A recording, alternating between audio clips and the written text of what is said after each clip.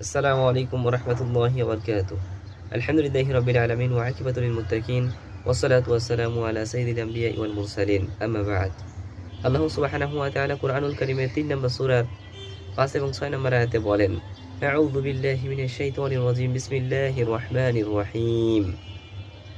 ইন্নাল্লাহা লা ইয়াখফা আলাইহি শাইউন ফিল আরদি ওয়া লা ফিস সামা' ওয়াল্লাযী ইউসাউwirukum ফিল আরহামি কাইফা ইয়াশা'উ লা ইলাহা ইল্লা হুয়াল আজিজুল হাকীম।